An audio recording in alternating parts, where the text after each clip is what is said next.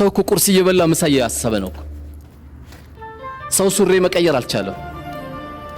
የቤት ኪራይ አጨናብሯቸው ደግሞ ግራ የገባቸው ሞባይል ያጠፋሉ አከራያቸው እንዳይደውልባቸው። የሱን የቤት ኪራይ አንተው በ3 ቀን ጫት እየጨረስከው ነው።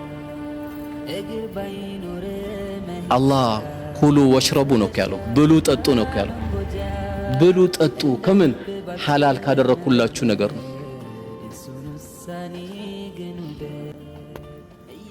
አንድ የስነ ምግባር ባለቤት የሆነ ሰው ከጫት መራቅ አለበት።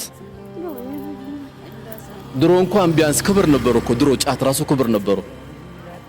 ሂጃብ ያለበሰች ሴት እንኳን ተነሺ ጫት አጠገቡ ሂጃብ ሳለብሽ ትመጫለች ይባል ነበር። በመስጊድ ምንጣፍ ተጠቅልሎ ነበር የሚቀመጠው በክብር ቁጭ ተደርጎ ይቀመጣል። እጣን ይጨስለታል፣ ዱዓ ይደረጋል። አሁን አልহামዱሊላህ የዱርዬ መሳሪያ ያደረገው ጌታ ምስጋና ይገባው። አንተ የሚቅም ልጅ እህትን እንደማሰጥ እኮ ታውቃለህ። ለምን የሚቅም ሰው ሚስት ሲያገባ 2 ሚስት ሆነበት ማለት ነው።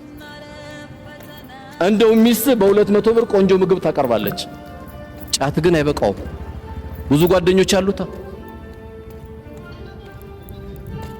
በዛ ላይ ደግሞ እኔ በጣም ማዝነው ከዚህ የበለጠ እኮ የሚያስጨንቅ እኮ ዳዋ የለም። ዳዒው ሁሉ ስለ ጫት በደንብ